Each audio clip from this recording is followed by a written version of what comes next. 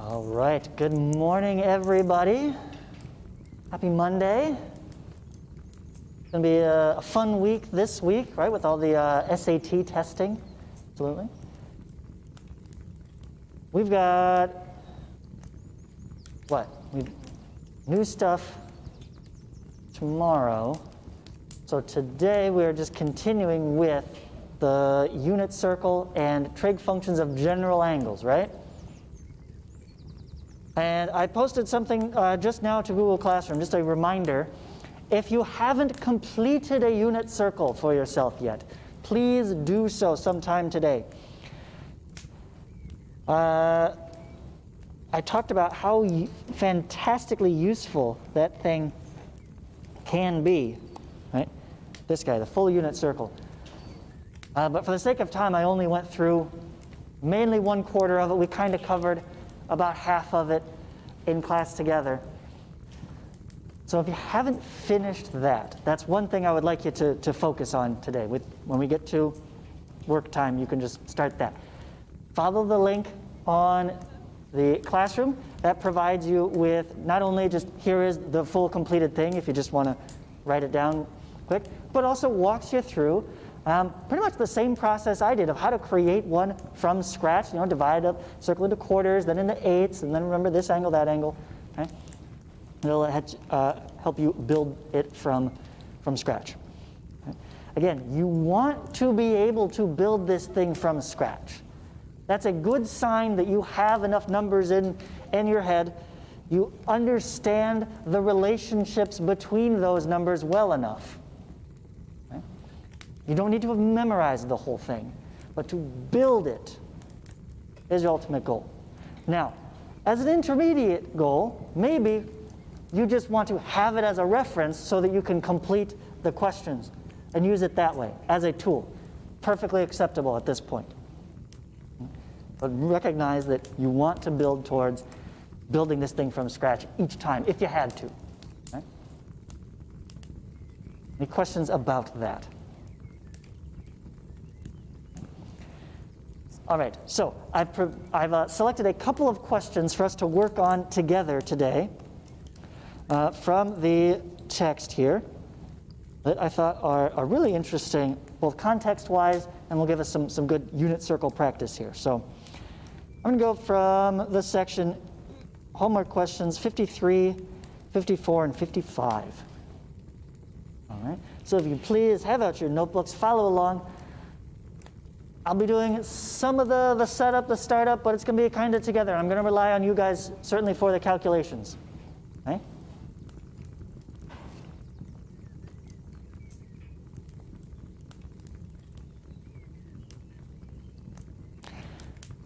So 53 and 54 have to do with baseball. And they tell us the formula R equals V0 squared, or V sub 0 squared, times the sine of 2 theta, all divided by 32, gives the distance of a baseball that is hit at an initial velocity of V0, feet per second, at an angle of theta with the ground. Okay? What does that mean? Well, let me draw you a little diagram here. We, from our initial point, right, over the home plate, swing and hit the baseball with some velocity, V0. Right? That's got a magnitude. Velocity is a vector. It's got two parts of measurement to it, right? Its size and its direction, right? So velocity, how fast it's going, speed, and the angle to the ground. So from the ground, we go up at some angle theta, right? And then, as you know, that ball flies through the air, travels, right, and lands somewhere over there, and we can find how far it went, whether these R, R, for that distance that it travels. Right? We've talked about before The projectile creates this parabolic curve. Okay? Hey, we've studied parabolas. We know how they work. We can maybe see some of that in this equation, that we've got this something squared, right? Good indicator of quadratic equation there. This connects back to a lot of things, but there's this sign of 2 theta going on. And we'll get more to why that's the case when we answer 54. But for right now, 53 asks, okay, given that, here's the setup, here's the equation. If the ball was hit with an initial velocity of 80 feet per second and an angle of 30 degrees, how far does it go? This is your classic plug and chug kind of question, right? They love to throw these things at you. SAT will do that too. They'll introduce some random new scenario, give you some random formula that you've probably never seen before, that maybe you could sit and you could look at and analyze and be like, oh, I guess I kind of recognize that. Oh, it reminds me of this thing or that thing. But if you read the actual questions, they just say, this value has this number. This quantity is this number. What do you get? Right? And it's just, okay, put them in the formula. See what spits out, right? Fairly straightforward. Right? Do that. Give that a whirl. Give that a bit of practice. No calculator.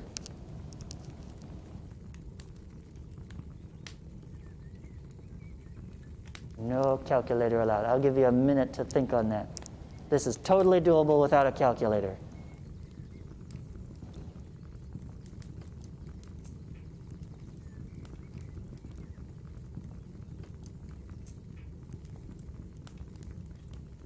They were extra nice. They gave us an angle of 30 degrees. That's one of our special angles. If necessary, use your unit circle.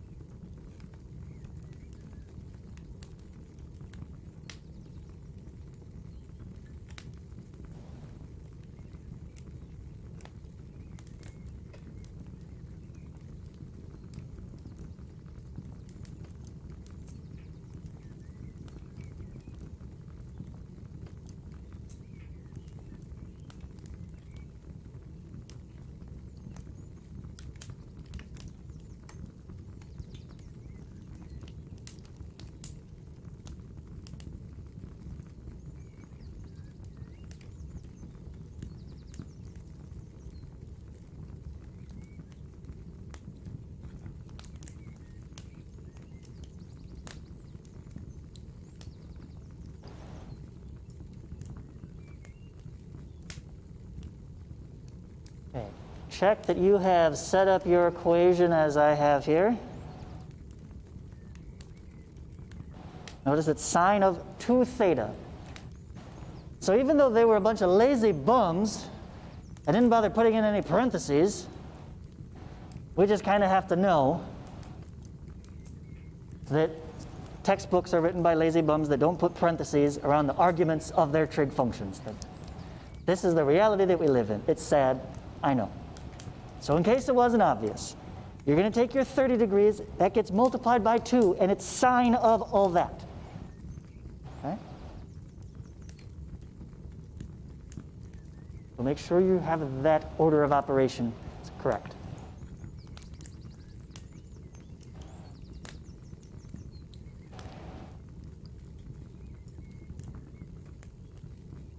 And now we got to simplify this. No calculator. Okay. Well, what can we do here? I'm going to start inside here. 2 times 30 degrees is 60 degrees. Sine of 60 degrees is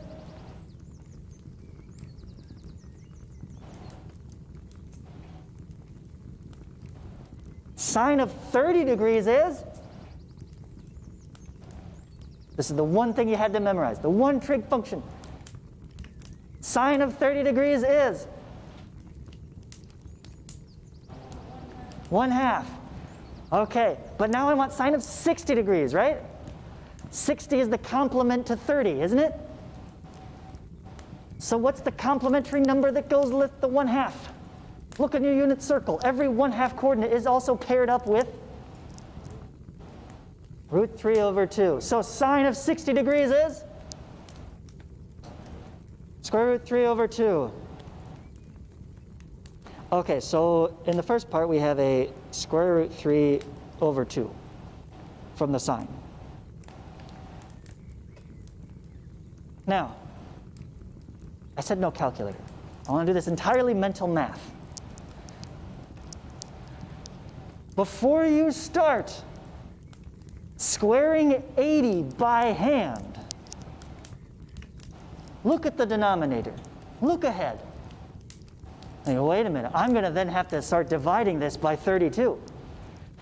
Do you want to make a big number first and then have to divide? Or would you rather make the big number into a smaller number first, right? and then do division and multiplication, right? Always try to make things smaller first when possible, right? So I'm going to recognize, hey, wait, I want to divide by 32. Can I do any of that ahead of time? Can I simplify any of that ahead of time? Yes, I can. Because isn't 8 a factor of 32? Heck yeah. So I'm going to write this out. Maybe I wouldn't actually write it down like this, but I'm just going to think of this as 2 80s being multiplied instead of 80 squared. Write it out as 80 times 80. So you keep track of things. And in fact, I'm going to write it down as 8 times 10 times 8 times 10. Right? Because I want those factors of 8.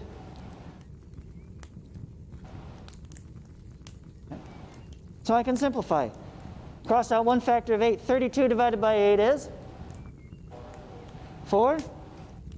Hey, can I reduce with a 4? With the 8 divided by 4 is 2. So rather than squaring 80, which again you could still do, it's not too bad.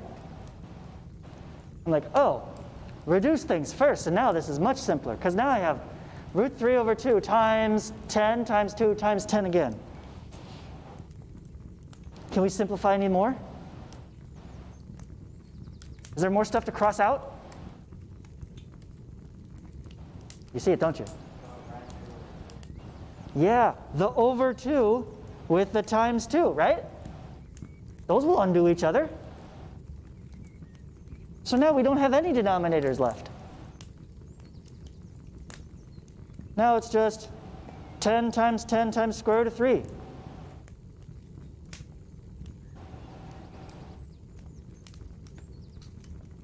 (100√3) feet. Right?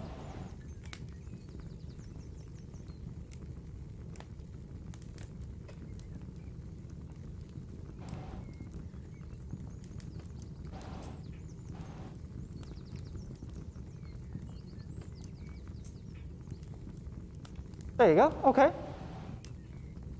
Not bad, right?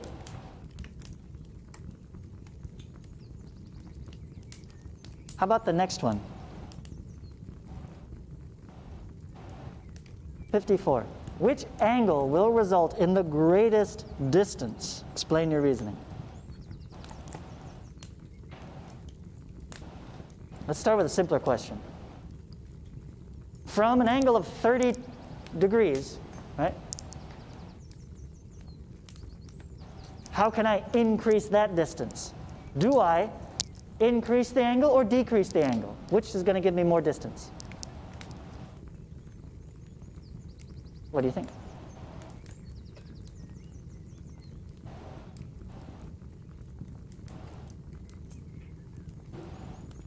You say increase? Yeah. You guys remember way back, we had that one section in the middle there of variations, There was direct variation and inverse variation, right? What goes up, what must come down. No, that's not the phrase, right? If one thing increases, then the other thing is increasing, right? If one thing, so the range of our baseball is directly proportional to the sine of 2 theta, right? Hold on, the theta is inside the sine. So for right now, just look at sine, right? Sine is in the numerator. If sine increases, this number increases, that will increase. Agreed? So how do you get the biggest sine?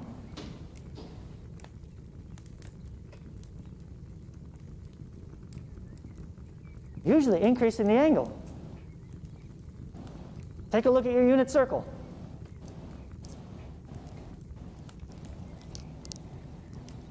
Where'd it go now?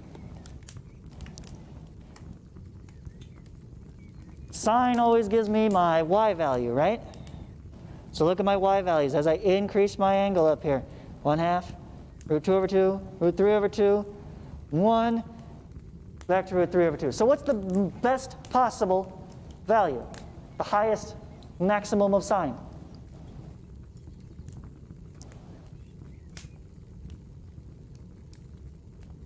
The value itself is 1 at 90 degrees, right? Okay, but if we hit the baseball at 90 degrees to the ground, that would be popping it straight up, wouldn't it? Is it going to go very far out into the field? Nope. The catcher's going to stand there for like a minute, wait for it to come down, and you're out, right?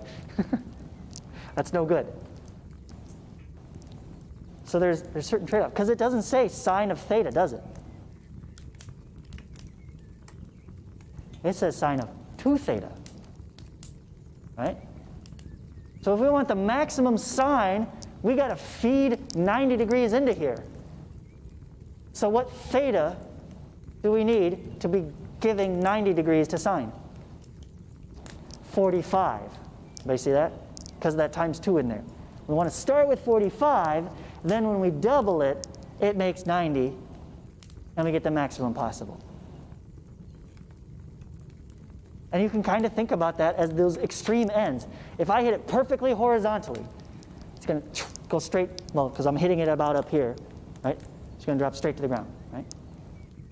If I hit it perfectly vertically, it's going to go up and then come back down and get nowhere in the field.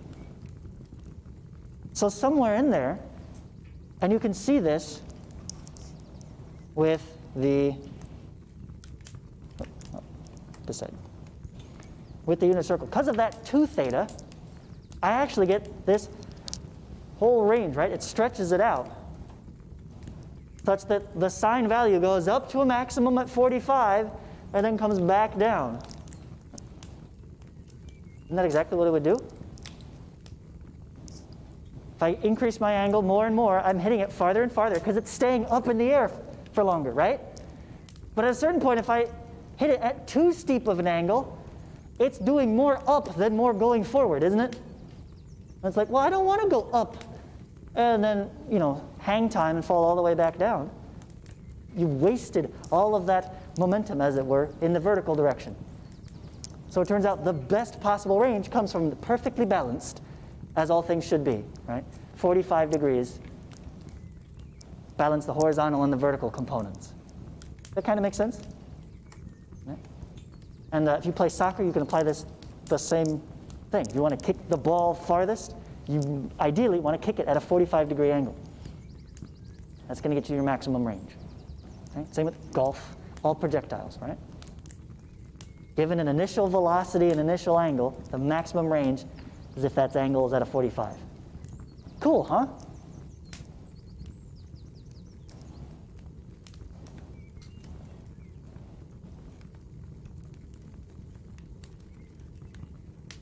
Okay, so we want theta equals 45 degrees, so that 2 theta equals 90 degrees, so that sine of 2 theta equals 1.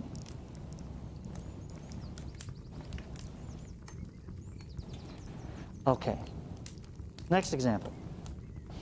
Carousels. Love me some good carousels. Classic, right? Carnival rides. Anthony's little brother gets on a carousel that is 8 meters in diameter. At the start of the ride, his brother is 3 meters from the fence to the ride. How far will his brother be from the fence after the carousel rotates 240 degrees? And they've already drawn in a very nice diagram for us, everything we need. So, zoom in there. Top-down view. Carousel, rotating round and round and round it goes. The little brother sitting on the, apparently the horse on the very outside edge. And it's 3 meters away from the fence. It rotates 240 degrees down to this position here, and now we want to know this much. So we need to know, work out two things, really. What angle are we using, and what trig function are we using? Which one seems easier? Maybe angle. Let's start with angle, right? So no matter which trig function you want, are we going to be plugging in 240 degrees?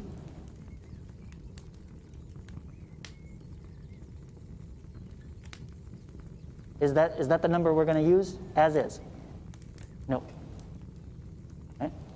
We always want an angle to operate with that is less than 90, right? Between 0 and 90. Okay? So how do we get that? We need to find our reference angle. So from that point xy, draw perpendicular to the x-axis, and we really want this angle in here, right? What is that angle?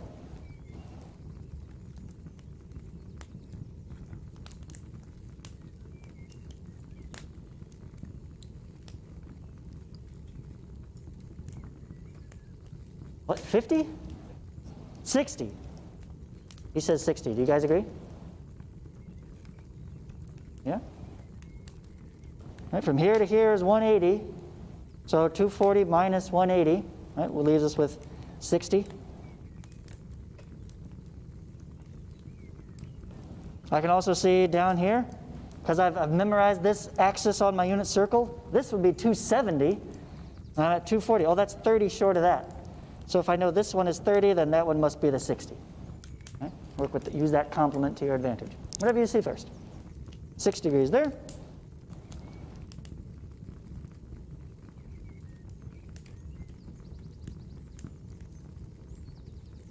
Okay, now which trig function am I going to use? I have my angle for my right triangle. I need the radius is the hypotenuse. That would just be from the size of the carousel. They gave us that one. Do I work out the vertical or the horizontal? Which leg do I actually need to find my distance from the fence?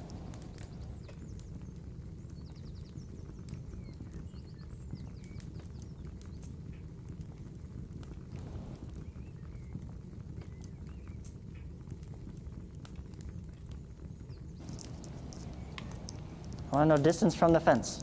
So, Samantha, do I need vertical leg or the horizontal leg? The horizontal, right? Okay, which trig value gives me the horizontal leg?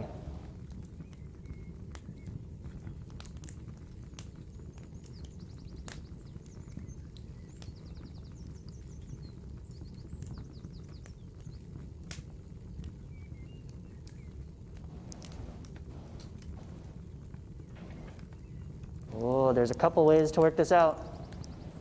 What do you think? Is it sine? What tells you that? Well, let's try one way. I'm dealing with a right triangle here. So I can always use what acronym? SOHCAHTOA, right? Okay, from this angle.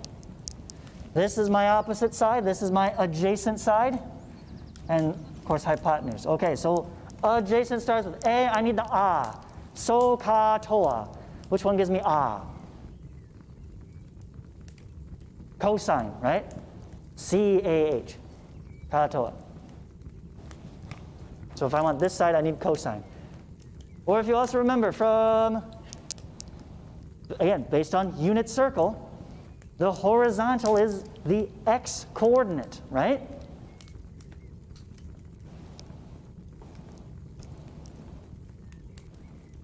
Well, I know I've memorized sine of 30 degrees is always a half, which means sine is giving me the y coordinate here. So the process of elimination, cosine must be giving me the x coordinate.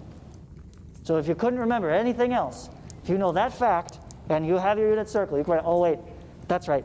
Cosine gives me the horizontal, sine gives me the vertical. That was in that other chart from the book. Was it in this section? I think it might have been the beginning of this one, or it was on the, yeah, right there. Right? On the unit circle, if the radius is 1, then sine just gives you the y value, cosine gives you the x value. Right? We want to find the x value, so we need cosine.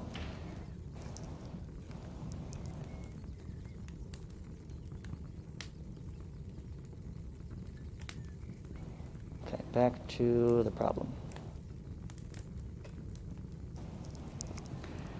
The other thing we need, that they didn't put in the diagram, 8 meters in diameter. Okay. So let me add that here. The carousel is 8 meters.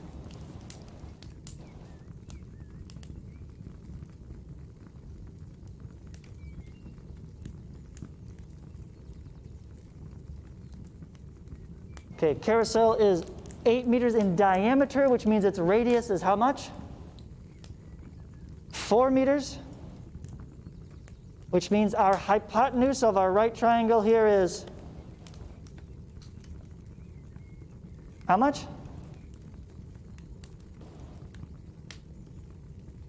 Four meters.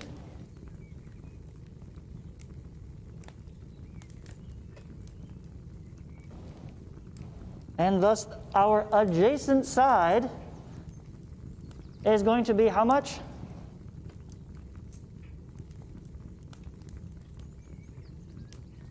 Oh, there's several ways to do it. We didn't even really need the trig ratio. If you remember your special triangles from geometry, right? The 30, 60, 90, right, triangle. This is the short side across from the 30-degree angle. It's the easy one. It's always half the hypotenuse, right? Oh. But let's see. Let's pretend we didn't remember that, and we had to use our trig. We would have to say cosine of 60 degrees equals, so ka, toa, adjacent, right, that x value that we're looking for divided by the hypotenuse of 4, right?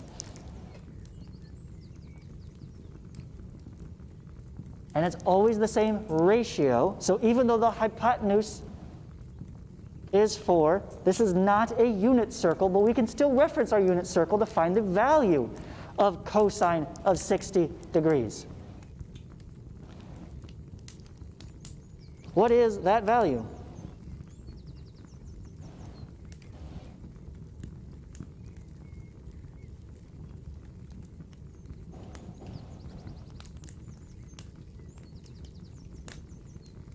Check your unit circle. What does it say? Cosine of 60 degrees. Again, cosine is the x value. So at 60 degrees, what is the x coordinate?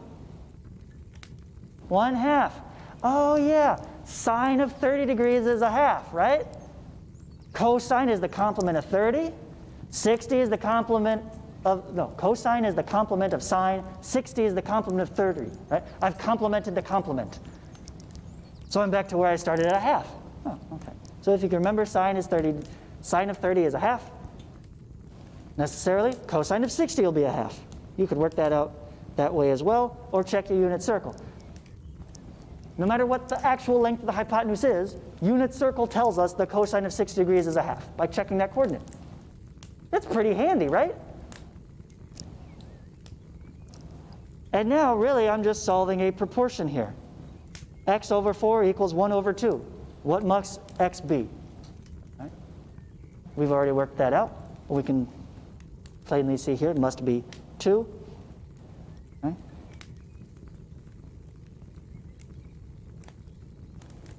So now we can look at the diagram and add up from our location to the center of the carousel is 2 meters. From the center out to the edge of the carousel is 4 meters. And from the edge of the carousel to the fence is 3. So our total distance is 2 plus 4 plus 3.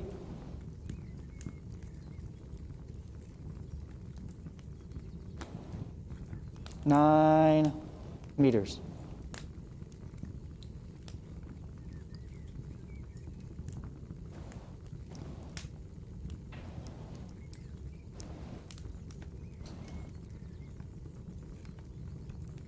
Any questions on how we did that?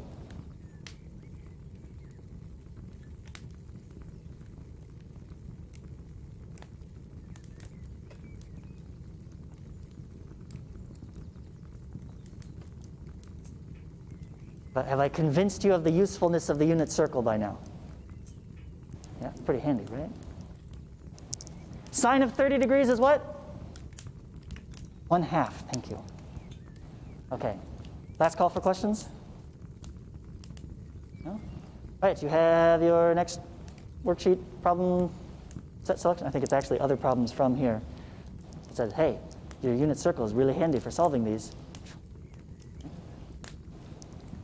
Go ahead and get started on those. We've got 14 minutes to work. Yes.